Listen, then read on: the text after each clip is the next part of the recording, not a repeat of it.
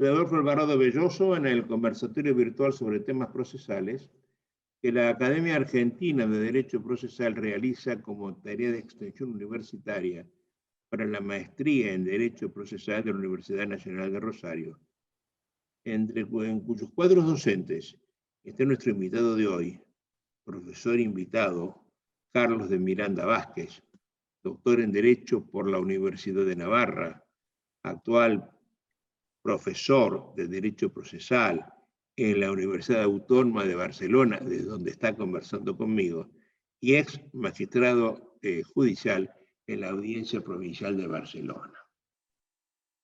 Tuve la suerte de conocerlo a Carlos cuando pude invitarlo al curso de especialización que la maestría realizó junto con la Cátedra de Derecho Procesal de la Universidad de Alcalá. Es una especialización en Derecho Procesal con profesores europeos y profesores americanos. Y allí descubrí que Carlos Miranda es un hombre versado, además entretenido. Se convirtió en un profesor aplaudido por gente de toda América Latina. Había 60 personas desde México hasta la Tierra del Fuego, varios españoles, y fue uno de los profesores que fue aplaudido en la maestría. Eso me sirvió a mí primero para fijarme en las cosas que decía, para conocerlo, y ahora para invitarlo, porque además tenemos un pensamiento algo en común, y eso me gusta mucho, que coincide un republicano argentino con un español, ¿no? Nos hemos propuesto hablar hoy de la valoración de la prueba oralidad e inmediación. Es decir, hemos tenido ya varios conversatorios anteriores donde hemos puesto en jaque, en tela de juicio, los resultados de la oralidad. Yo sé que la oralidad en América Latina no es sustentable. Ya les he dicho cuál es el número de jueces que se requiere para que esto sea así.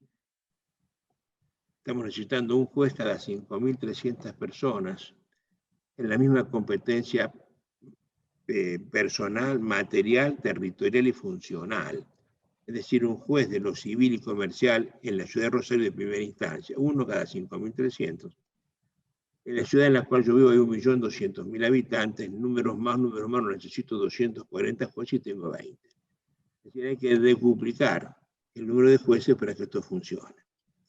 En el mundo siempre hay centenares de enfermeras, de maestras, de policías, de bomberos, pero hay apenas decenas, si es que llegan, de jueces.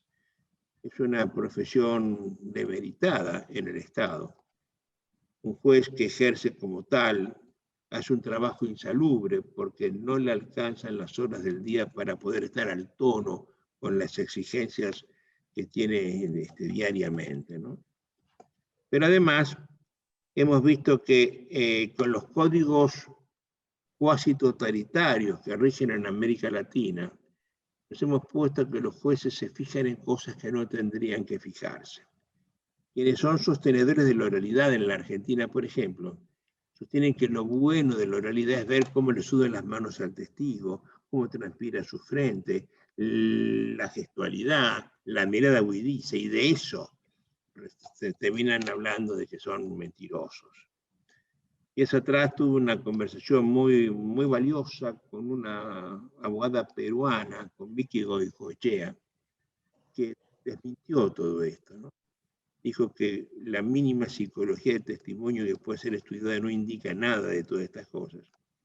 Y ahora me encuentro con que del mismo tema podemos hablar con Carlos de Miranda Vázquez. No es habitual que un procesalista, y además ex magistrado, esté dentro de ese terreno de ideas. Por eso me pareció de la mayor importancia aceptar el tema. Primero porque hay que insistir en esto.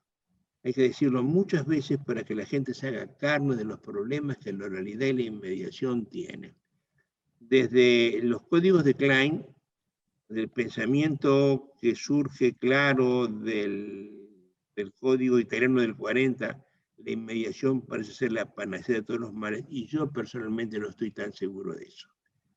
Durante mi vida judicial, muchos años en una cámara de apelaciones, he visto que la inmediación puede ser perjudicial porque lleva al juez a tener una cierta empatía que se convierte en simpatía o antipatía con un testigo, y eso resulta terminal para lograr su convicción.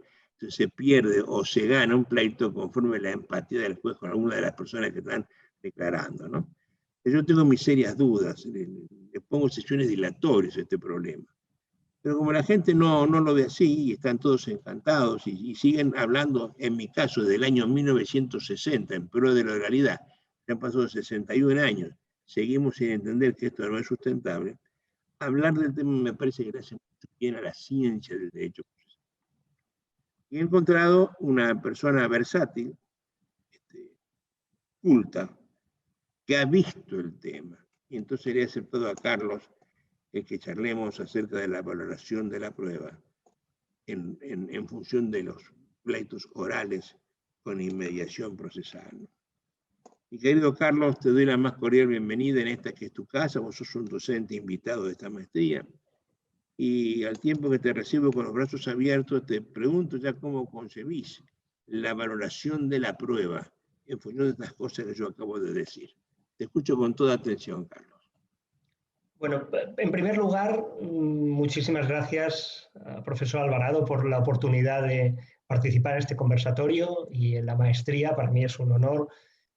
Ya desde que nos conocimos, pues hubo un gran entendimiento porque tenemos muchos puntos en común, muchas opiniones coincidentes y para mí la verdad es que estar aquí pues, es un motivo de mucha alegría, mucha satisfacción. Yendo al tema, la pregunta es muy concreta. Yo tengo una manera que puede ayudar a centrar lo que venga después. Yo tengo cierta manera de ver la valoración de la prueba que la voy a explicar de la manera más breve posible, con la esperanza de que, aunque sea breve, se me entienda. Bueno, para mí nos situamos, estamos en un litigio. Cada parte, cada litigante propone una versión de los hechos. Esa versión de los hechos, lo normal es que no sea coincidente y el juez tiene que optar por alguna de ellas. Para optar por alguna de ellas, lo que el juez necesita es información sobre esa realidad extraprocesal, sobre la que hablan las partes, sobre la que divergen las partes en cuanto a lo que ha ocurrido, y las pruebas, las fuentes de prueba, aportan al juez esa información que precisa para llegar a la conclusión de cuál de las dos versiones que están en liza es la que realmente se corresponde con la realidad. Hasta cierto punto podríamos decir que es la verdadera, en tanto que correspondencia con eso que ha pasado fuera del proceso.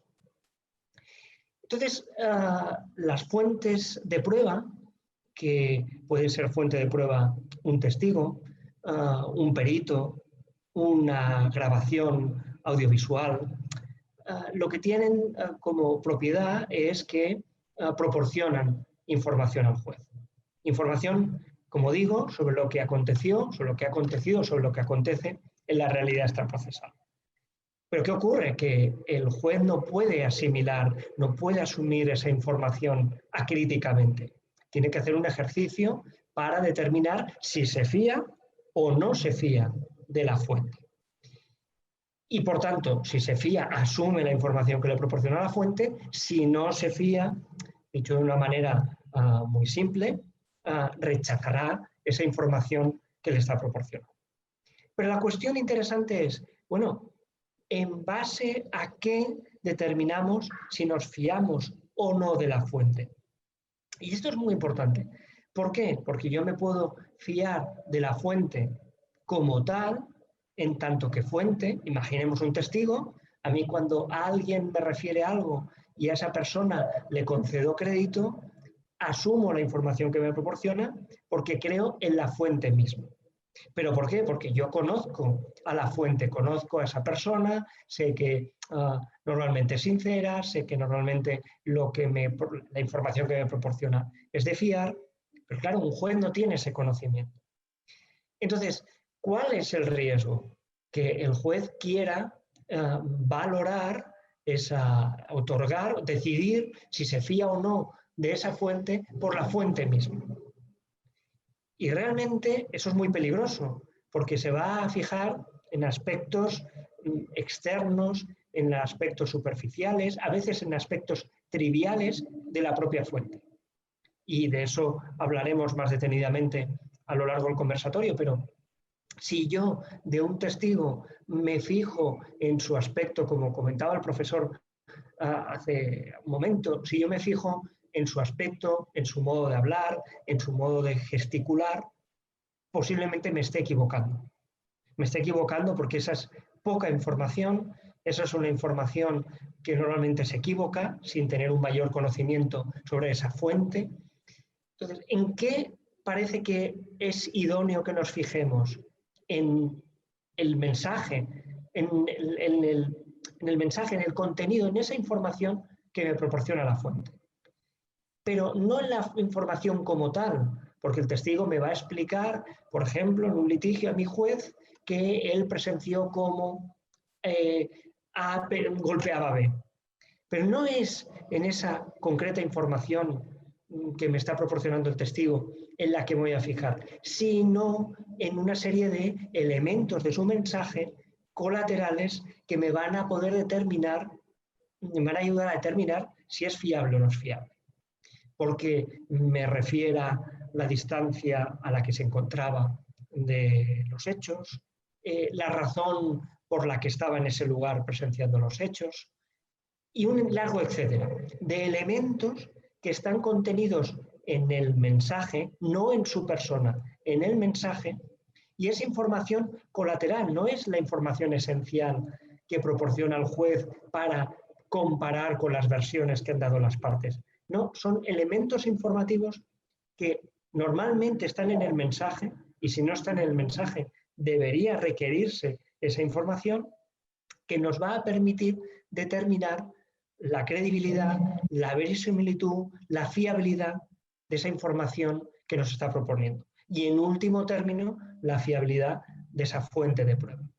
Entonces, desde mi punto de vista, y por cerrar la respuesta, que se está haciendo un poquito larga, a mí me preocupa a veces porque con frecuencia las sentencias, ocurre en España y quizá ocurra también en Argentina o en Uruguay o en Latinoamérica, cuando el juez se enfrenta a la valoración de la prueba, cuesta el dar una respuesta tajante, porque en último término el juez se fía o no se fía, y se fía o no se fía por la existencia, o debería fiarse o no fiarse por la existencia de estos elementos objetivos contenidos en el mensaje.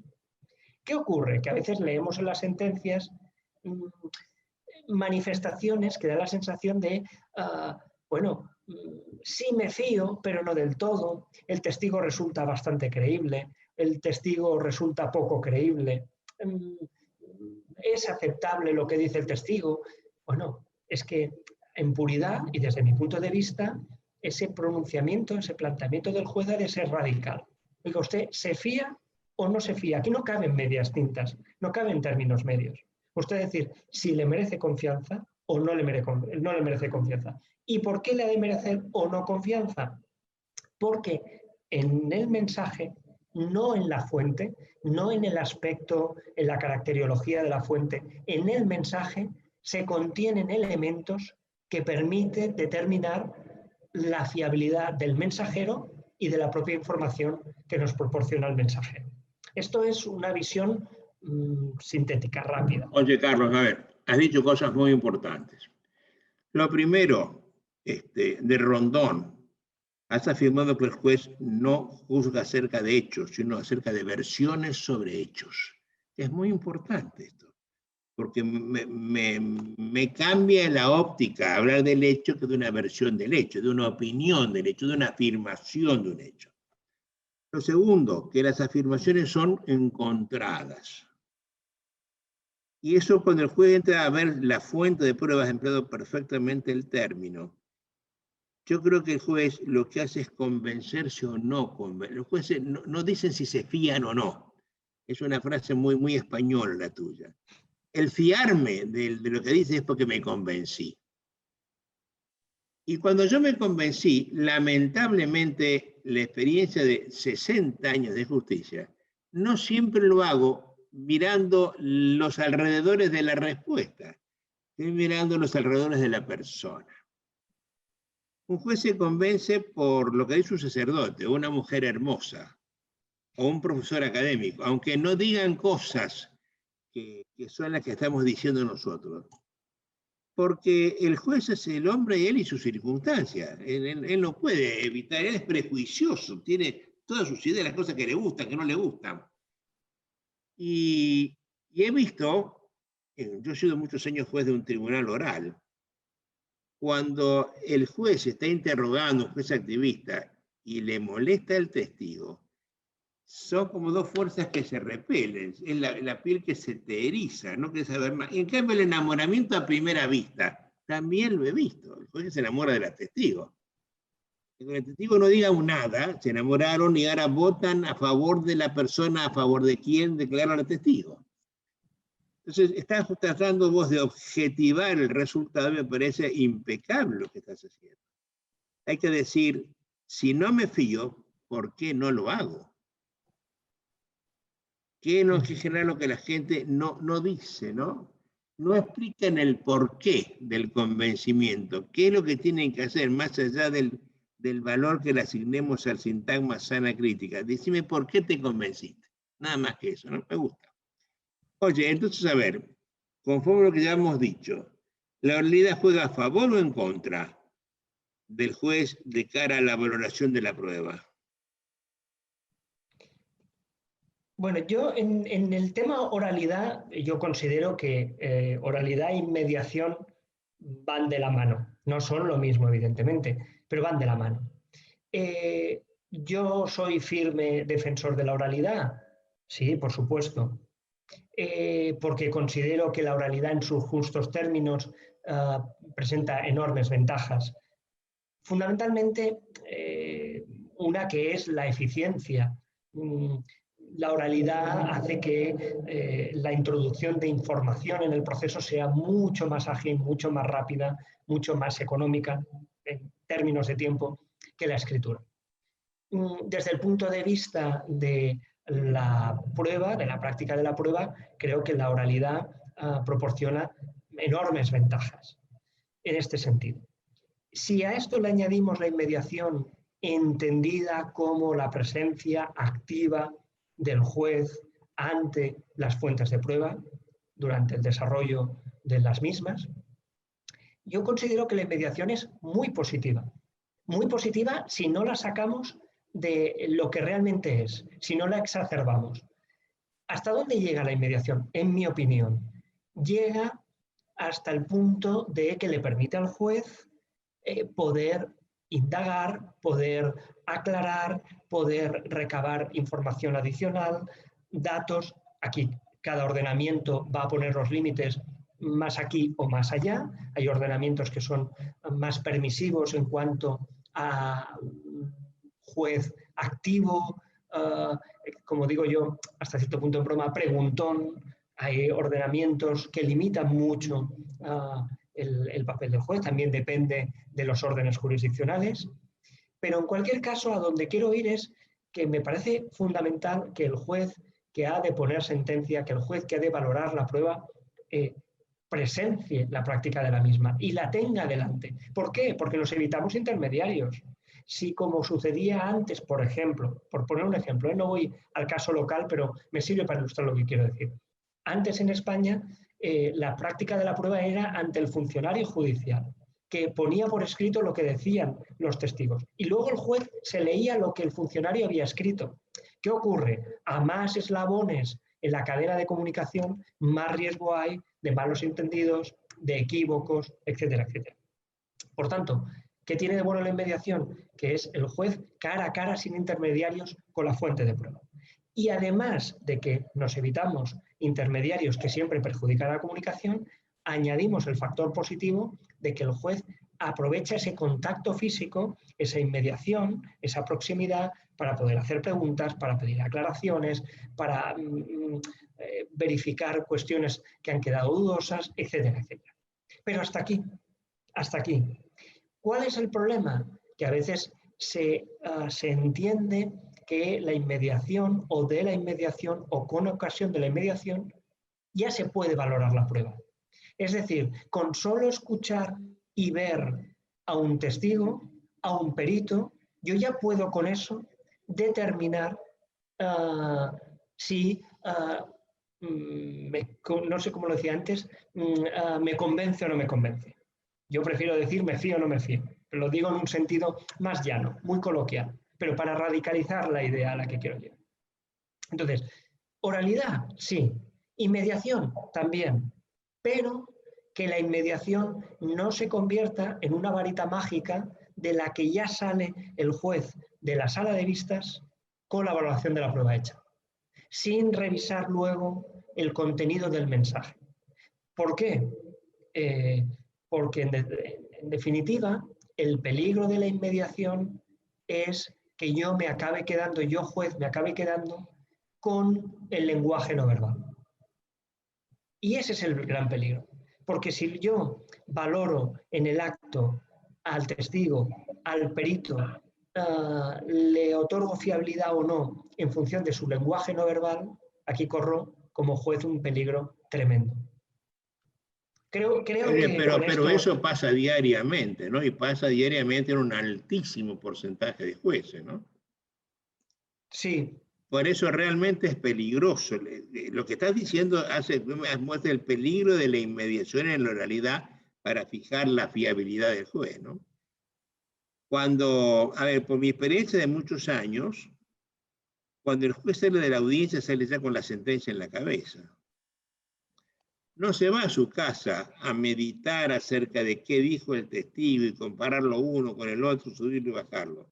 Sale sabiendo qué tiene que hacer, ¿no? Y ese es el peligro. Otra vez, yo y mi circunstancia formativa, al decir de Ortega, ¿no? Que es lo que te hace saber, creer que te convenció la verdad, ¿no? Además tengo otro problema, que es el acercamiento a la verdad real.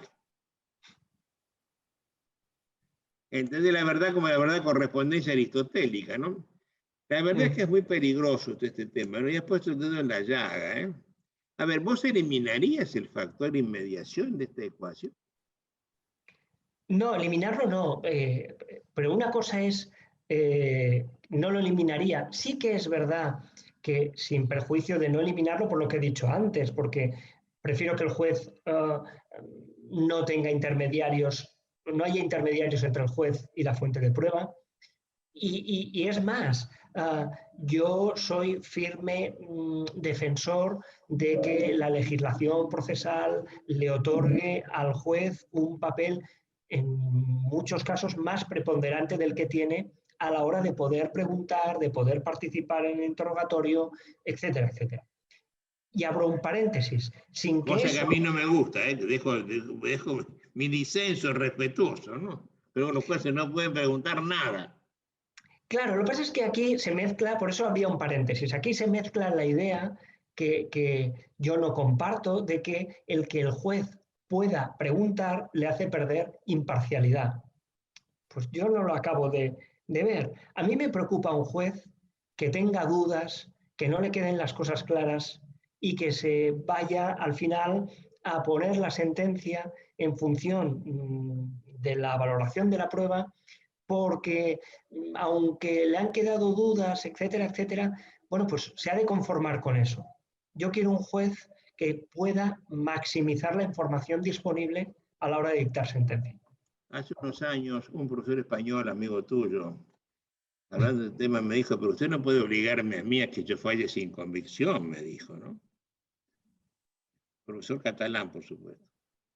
Y le dije, pero no es que se lo diga yo, se lo dice su constitución, señor.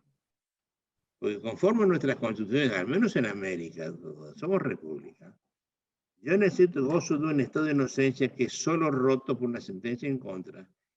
Y tengo una manda constitucional que dice indubio pro reo, tiene dudas, absuelva. Hugo Boto, que es un procesista chileno importante, ha demostrado hasta el hartazgo que la pregunta del juez penal tiende siempre a dar vuelta al resultado de la sentencia. Siempre. Yo lo explico con mayor fuerza. La pregunta del juez penal tiende a condenar. porque cuando se le hace la pregunta se dan 4 escenarios posibles y en 3 no se modifica la absolución por la duda como manda constitucional, pero en 1, cuando es positivo y en contra del imputado, ¿no?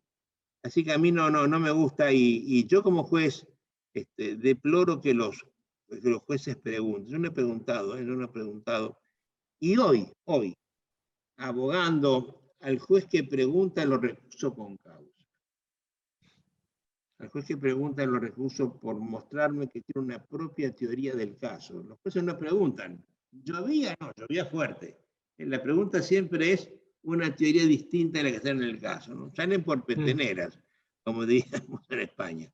Pero bueno, no tenemos una opinión, estamos hablando aquí para que la gente piense la cosa, ¿no? Yo creo que el juez tiene que estar comprometido con la Constitución. ¿Tu Constitución genera el estado de la manda en dubio pro reo? Cosa que yo no sé. Sí, en último término, efectivamente, así es. Y hay Entonces, ¿cuál sería el problema? Si el juez no tiene dudas, tiene que absolver. Si tiene convicción, falla como quiere. Si tiene dudas, absuelve. Pero es que eso es difícil para los jueces, ¿no? Es difícil porque no quieren fallar sin convicción. No quieren que se les escape, es como el juez Lynch, que andaba a caballo por el oeste americano ahorcando gente, pero no se le escapó nunca a uno. Donde el ahorcamiento termina en linchamiento. Oye, me gusta mucho esta charla. Pero mucho. Quiero hacer una matización, que es importante. No es tan necesario, y esto es a propósito de lo que ahora estaba comentando, yo no busco o no pretendo tanto que el juez pregunte sobre los hechos controvertidos, sino que lo que yo persigo con ahínco es que el juez pueda preguntar o pedir elementos informativos a la fuente de prueba que le proporcione información sobre la que poder valorar a esa fuente de prueba. Es decir, sí, porque no siempre ocurre. Aclaraciones. Aclaraciones, pero no son aclaraciones. ¿Qué es tu código actual? ¿Perdón? Es tu código actual. Eliminó la prueba de oficio, la prueba para mejor probar, pero puede pedir aclaraciones al momento final de la sentencia. Bueno, y en el interrogatorio también, según que, por ejemplo, la ley de enjuiciamiento civil en España permite al juez que cuando acaba el interrogatorio pueda pedir aclaraciones. Aclaraciones, no hacer preguntas como si fuera un tercer abogado que está en la sala. No, puede pedir aclaraciones. Pero yo creo que también sería positivo, sin miedo a que pierda la imparcialidad, a que si no tiene elementos valorativos, lo que no puede ser es que a falta, porque esto en el fondo es una falacia en la manera de razonar, si yo no tengo elementos sobre los que dudar, por definición me voy a fiar del testigo. No, tú no tienes elementos para decidir si te fías o no te fías. Ese acto de confianza, ese acto de convicción está basado en la nada. Y eso me parece peligroso. Y cuando yo no tengo elementos en los que basarme para valorar objetivamente, porque no me haya proporcionado el testigo o el perito elementos no centrales de su discurso que me ayudan a determinar su fiabilidad, ¿en qué acabo? En aspectos caracteriológicos, de expresión, de discurso, de forma de moverse, de forma de hablar. Entonces, eso me parece peligroso. ¿Qué ocurre? Que en la práctica, por defecto, se tiende esa falta de información a suplir automáticamente por un análisis del aspecto externo de la fuente de prueba. Y eso es un grave error, porque ni el juez está preparado, ni esos elementos conductuales son indicadores normalmente porque, y abro otro paréntesis, tenemos digamos, la obsesión, o se tiene la obsesión de que lo único que importa, por ejemplo, de los testigos es si son sinceros o mienten.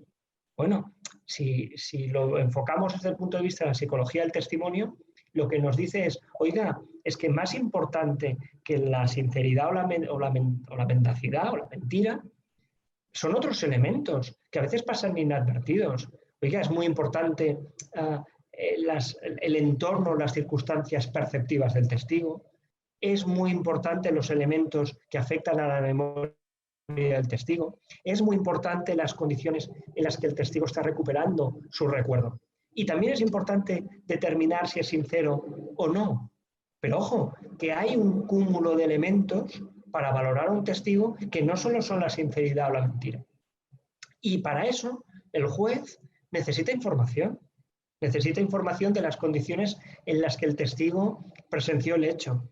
Necesitamos nuestro sistema penal actual, que es acusatorio, estamos hablando de mi provincia, donde se está aplicando a rajatabla esto, quien tiene que hacer las preguntas del caso es el fiscal en lo penal, ¿no? O el querellante.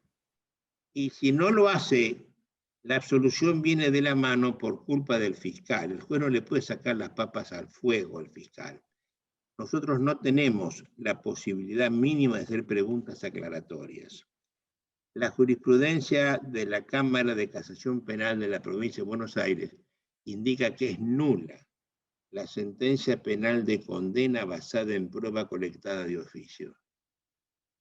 Y eso que se dijo hace muchos años no le hizo mella a los jueces hasta que salió una segunda jurisprudencia que muestra que son hijos del rigor. La sentencia dijo, es nula la sentencia penal de condena a base de prueba colectada de oficio, con automática imposición de costas al juez que la consumó. Y eso cambió la cosa, ¿no? Oye, en cuanto a las aclaraciones, yo siempre digo esto, ¿no? Si esto es un vaso de agua clara, cristalina y limpia, pura, y yo acá tomo una lapicera y le tiro una gota de tinta, una sola gota, todo el agua se tiñe, no queda nada clara, transparente ni pura. Será más gris o más azul en la función de la cantidad de gotas o de la calidad de la gota que le tiré. Igual pasa en un código. Si vos en el código le pones, los jueces al final de todo podrán en caso de duda extrema, excepcionalísima, excepcionalmente, hacer una pregunta aclaratoria, le abrís una endijita a la puerta de 1 milímetro y a la hora, mutatis mutandi, interpretación mediante, entró el regimiento 11 de infantería con 200 camiones y 400 caballos. Por esa endijita. Esa es la experiencia judicial, ¿no? Porque somos hombres con nuestras circunstancias. Efectivamente, pero sí que es cierto que tenemos del otro lado una situación, la presente, que a mí me parece sumamente peligrosa, porque al final, que es lo que comentábamos antes, ¿con base a qué estoy determinando? Pero no solo de los testigos, incluso de los peritos también. Sí, sí. Y de la parte, si suda o no suda. No, sí lo veo, claro. Pero eso y lo dicen alegremente, ¿eh? Si la parte suda cuando le estoy preguntando es porque está mintiendo, ¿no? Es efectivamente. O se sonroja, o piensa la respuesta, Entonces, es curioso porque, por un lado, el mundo jurídico, el mundo forense, no va de la mano, está en la dirección contraria a lo que la psicología del testimonio, a la que se hacía mención antes, ha concluido. La psicología del testimonio ha hecho grandes avances en la determinación de la fiabilidad, por ejemplo, de los testigos. Bueno, pues en muchas cuestiones, curiosamente, se está desatendiendo desde el punto de vista de la práctica forense, vamos en la dirección absolutamente contraria. Por poner ejemplos en los que es palmario hasta qué punto está divorciado el mundo de la psicología del testimonio del mundo forense, a mí me causa cierto asombro. En España, por ejemplo, en el proceso penal, un testigo puede llegar a prestar declaración pues incluso hasta 4 veces, si no es que más, 4 veces. Una ante la policía, 2 ante el juez que investiga y una en el juicio oral. ¿Qué ocurre? Que de estas 4, a la que se le va a prestar mayor atención según lo que prescribe la ley y la jurisprudencia, es a la prestada en el juicio oral. Estamos de acuerdo. ¿Qué me dice la psicología del testimonio? Que cada vez que yo recuerdo, de alguna manera u otra, en mayor o menor medida, estoy modificando mi recuerdo.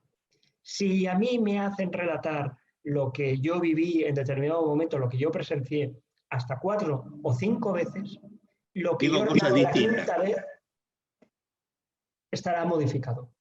¿Qué ocurre? Esto es un ejemplo claro de lo que estoy diciendo.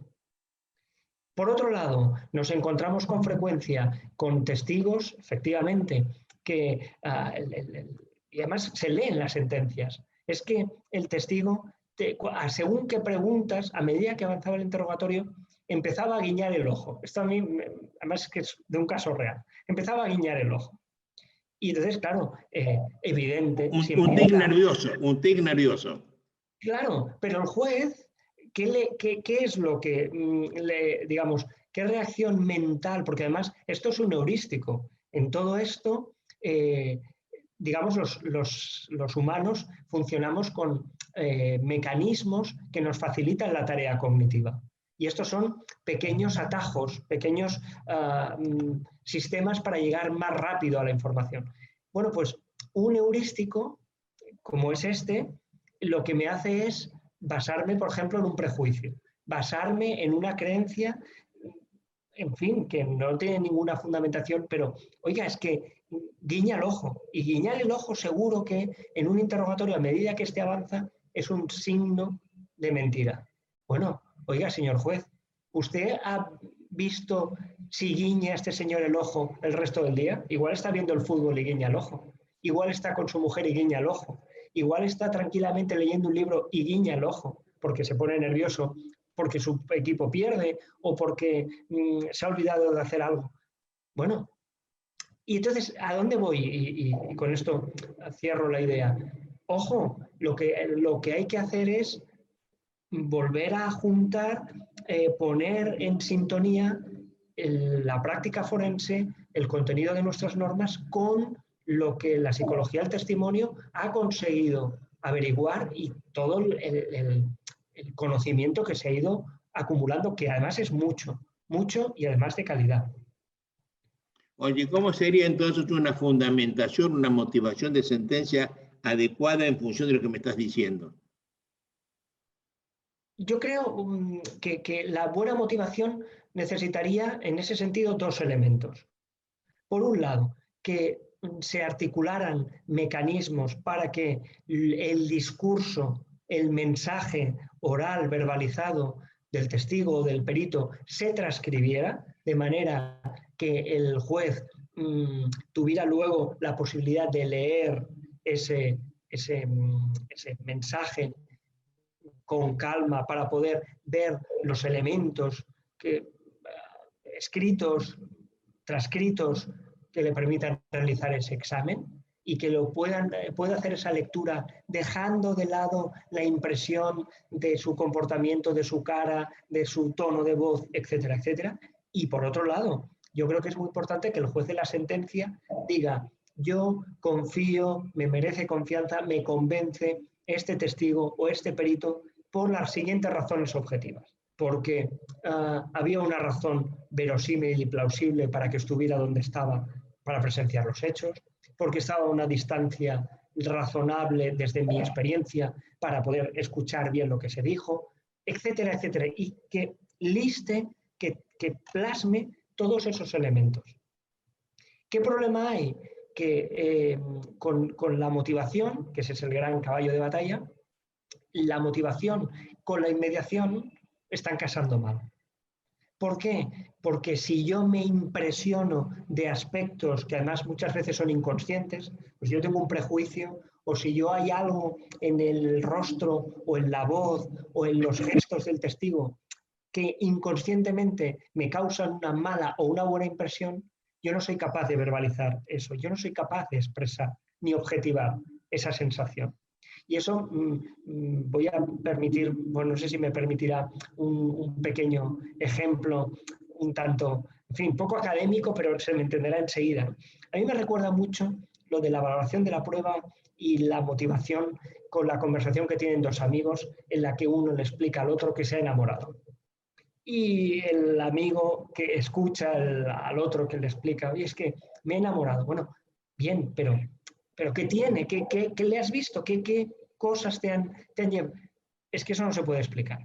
Eso se siente o no se siente, pero no se puede explicar. Bueno, pues con la inmediación y la valoración de la prueba pasa algo muy parecido, que el juez se impresiona, tiene esa sensación de fiarse o no fiarse, pero no es capaz de objetivar las razones por las que se fía o no se fía. Y ahí está el gran problema, porque si yo no puedo objetivar eso, yo no puedo motivar. Si yo no puedo motivar, yo a los litigantes, al justiciable, le estoy privando de elementos sobre los que cuestionar mi ejercicio de valoración. Entonces le estoy dejando inerme. Mi decisión es infranqueable, inescrutable. Yo me fío, ¿por qué? Porque lo he sentido así. Bueno, ¿cómo voy a poder yo analizar y Oye, cuestionar es ese fiabilidad? impecable lo que estás diciendo, impecable, ¿eh? Porque ahora te veo, eso que el juez dice, yo me fío porque estaba cerca, me fío porque tenía razones para estar, lo que me acabas de dejar como ejemplo. ¿Cuántas veces lo has visto volcado en una sentencia judicial? Eso. Me fío de este testigo porque por tal razón, una, dos, tres. Le creo por esto, esto y esto. ¿Cuántas veces lo viste eso? No. Prácticamente Es decir, estamos haciendo un nunca. ejercicio muy importante, ¿eh? Porque estamos hablando de un tema que hace al normal, al adecuado, al importante desarrollo de la defensa en juicio. Está olvidada por nuestros jueces, ¿no? Las motivaciones de las sentencias de verdad no motivan nada, ¿eh?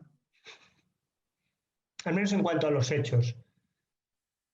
Y Claro, tampoco en cuanto al derecho, porque vos, a ver, cuando yo he visto sentencias penales de condena, que son todas dicen lo mismo, atendiendo las particulares circunstancias del caso, la peligrosidad presente de tal cosa, los resultados disvaliosos, razones de prudencia y equidad, y me llevan a ponerle 14 años de prisión, con las mismas palabras le pongo 7 y le pongo 25. justamente. Ese es otro ámbito desde el punto de vista de la motivación peligrosísimo. Cuando el Y juez pasa penal todos los días. pasa todos los días, pasa todos los días. ¿Cómo se sale de eso, Carlos? Bueno, pues Pregunta de un viejo juez a un joven ex juez. ¿Cómo se sale de eh, eso? se sale con una de las cosas que usted ha comentado al principio del conversatorio, decía una cosa que tiene toda razón del mundo. Hay pocos jueces. Si hay pocos jueces y tienen una sobrecarga de trabajo, ¿qué es más sencillo? Eh, Estar en la sala de vistas, ver testigos, ver peritos, escucharlos y sacar una impresión y ya salir con la sentencia puesta, o hacer el ejercicio de ver qué elementos objetivos hay y plasmarlos y pensarlos. Claro, en el escenario 1, el juez puede tardar pues 1 hora, 2 horas en poner la sentencia, por decir. En un caso de un ejercicio meditado de verdadera motivación, igual me lleva 5 horas o 6. Desde el punto de vista de la carga de trabajo y de la eficiencia, ¿qué me compensa? ¿Motivar o no motivar? Desde luego no motivar. Y tener que recurrir a impresiones, con todo lo que eso tiene de perjudicial para el sistema y para la credibilidad del sistema de cara a los ciudadanos. Pero, desgraciadamente, y esto al menos desde mi experiencia personal, motivar como debería hacerse supone un esfuerzo que no se parece en nada a una motivación con fórmulas estereotipadas. De la valoración conjunta de la prueba y de la sana crítica y de la convicción íntima de este juez, llego a la conclusión de que, bueno, eso es muy rápido. Y es muy eficiente porque dictaré 5 o 10 sentencias esa tarde. Si yo entro a hacer un ejercicio valorativo de verdad y tengo que hacer una motivación como debería ser, pues Una. igual hago una sentencia toda la tarde. Entonces, Es ¿cómo se verdad eso, ¿no? soluciona? Más jueces. Oye, esa es nuestra realidad, ¿eh? En el mundo, ¿eh? Sí, en todas partes. En nuestra realidad, ¿no? Oye, se nos está yendo el tiempo y me queda una pregunta importante por hacerte, ¿no? Será la última, antes de dejarte en libertad. ¿Tiene alguna influencia la extendida concepción de la inmediación judicial en relación con el cuestionamiento de la valoración de la prueba en la sede de recursiva, en la sede de recursos de alzada? Pues para mí tiene un efecto demoledor, que es que, al menos en la experiencia española, pero me imagino que esto debe pasar también en Latinoamérica y en cualquier parte del mundo.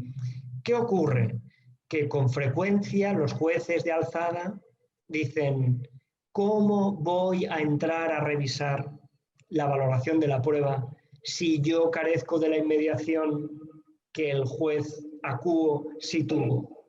Él sabrá lo que vio, él sabrá lo que escuchó, y si él escuchó y vio lo que dice haber visto y escuchado, yo no puedo entrar a enmendar o a cuestionar eso, por más que usted, abogado recurrente, insista. Entonces, ¿qué ocurre? Que al final la inmediación acaba siendo la inmediación malentendida.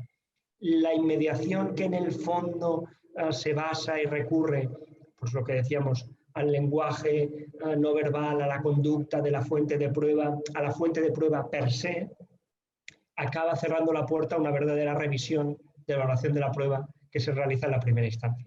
Por tanto, al final, la valoración de la prueba sale de facto del ámbito del recurso. En consecuencia, estoy yo, ciudadano justiciable, inerme a lo que el juez en cada caso sienta sobre la fiabilidad o no de la fuente de prueba, lo cual me parece terrible porque hay una parte muy importante de la actividad judicial que se escapa al control. Yo te cuento, Carlos, que entre nosotros toda la justicia penal de juicio se hace ante tribunales colegiados pluripersonales de 3 miembros. Y esa sentencia, por ser de 3, que permite la deliberación entre los 3, la ley no admite que haya nueva valoración de las pruebas. Sobre eso ya es inapelable. Entonces, nuestro sistema impugnativo en lo penal, todo juicio penal es solamente de casación. Pero una casación delimitada a la aplicación de la norma a los hechos que son intocables. Lo que me acabas de decir, ¿no es cierto? ¿Por qué? Porque los jueces no han visto la prueba. Por tanto, ni podrán verla. Esto, entre nosotros, en la Argentina es ley constitucional, el Pacto de San José de Costa Rica, que exige que las sentencias penales de condena tengan un recurso idóneo que tolere la revisión de hechos y de derecho en la alzada. Por tanto, siendo esto norma de nivel constitucional, para mí es convencional, pero conforme mi constitución entra al peso jurídico de la Constitución, todas las sentencias penales de condena son inconstitucionales, porque no se puede llegar a una alzada que retroalimente los hechos o la prueba, que se considera un hecho, ¿no? Esto ha hecho, o ha tenido como efecto, en algunos países, en Chile, por ejemplo, se haya extendido la casación y se hable de casación en el fondo y en la forma. Y entonces los jueces entienden ahora, por vía de casación, lo que tendría que jugarse de vía de apelación, que es el único recurso admisible en esto. Hemos generado un recurso inexistente, hemos prostituido un medio de impugnación para no señalar las cosas que tienen que ocurrir, ¿no? O hemos dejado, como en mi provincia, afuera de toda revisión cualquier cuestión fáctica hecha en la primera instancia, ¿no? Con lo cual, otra vez, nuestros jueces se colocan en los arrabales de la Constitución. ¿Y la Constitución? Bien, gracias. Está en su casa, durmiendo la siesta. Sí. Claro, pero eso es tremendamente peligroso. Claro. Y lo podríamos evitar justo al revés. Si de verdad se objetivara, si de verdad se motivara, sí sería susceptible de control y de cuestionamiento, porque estaría objetivado. Entonces, si el juez dice, oiga, yo es que le he visto cómo efectivamente se ponía rojo a las preguntas, bueno, al menos yo sé por qué has decidido no fiarte de ese testigo. Y puedo irle al juez de apelación o de alzada y decirle, oiga, al tribunal de alzada, mire, ¿qué es que la psicología del testimonio dice que el sonrojo no es un indicador de mentira o no es un... Y al menos permitiría, porque está objetivado. Y entonces conseguiríamos realmente que hubiera una instancia revisora. A día de hoy yo tengo la sensación, comparto esa sensación de que efectivamente se dice, y en la ley está muy bien dicho, que efectivamente el juicio de hecho es revisable, pero en el fondo, en la práctica, en la realidad, no es revisable, lo cual es tremendamente peligroso porque se abre la puerta a la arbitrariedad judicial. Que está a la orden del día, ¿no? En muchos lugares de América Latina. Oye, Carlos, mencionó nuestro plazo. Yo te agradezco mucho la presencia tuya hoy, la paciencia que me has tenido. Sí, hemos tenido algún problema de conexión. Te dejo un minuto final para que me des un mensaje a la gente que te está escuchando. La óptica de un español que quiere hacer las cosas bien. Bueno, pues mi mensaje es muy sencillo, sobre todo para los abogados litigantes. Yo creo que se ha de ser muy exigente y luchar en pedirle a los jueces y en perseguir y en denunciar la falta de motivación. La motivación es el elemento que pone al juez en la tesitura de tener que objetivar. Entonces, si de verdad luchamos y denunciamos la falta de motivación y no nos dejamos o no nos satisfacemos con cualquier cosa que nos digan que es motivación, con fórmulas estereotipadas, sino que pidamos las verdaderas razones objetivas que el juez ha tenido para valorar la prueba, quizá así le obliguemos a los jueces indirectamente o se le obliga a los jueces a que realicen un verdadero acto y ejercicio de análisis. Y si hacen un verdadero ejercicio de análisis, ese análisis va a ser susceptible de ser controlado por instancias superiores.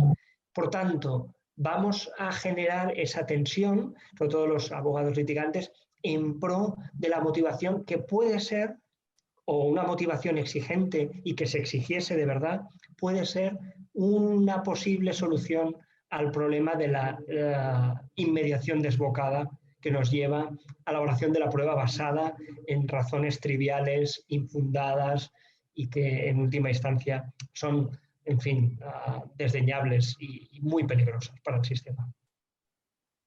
Carlos, mi amigo, un abrazo grandote, muchas gracias por todo. Te dejo con todo afecto, diciendo hasta pronto y hasta siempre. Pues un abrazo de vuelta y muchísimas gracias por compartir este rato de conversatorio que ha sido, como siempre, ameno y agradable. Gracias, Carlos, gracias.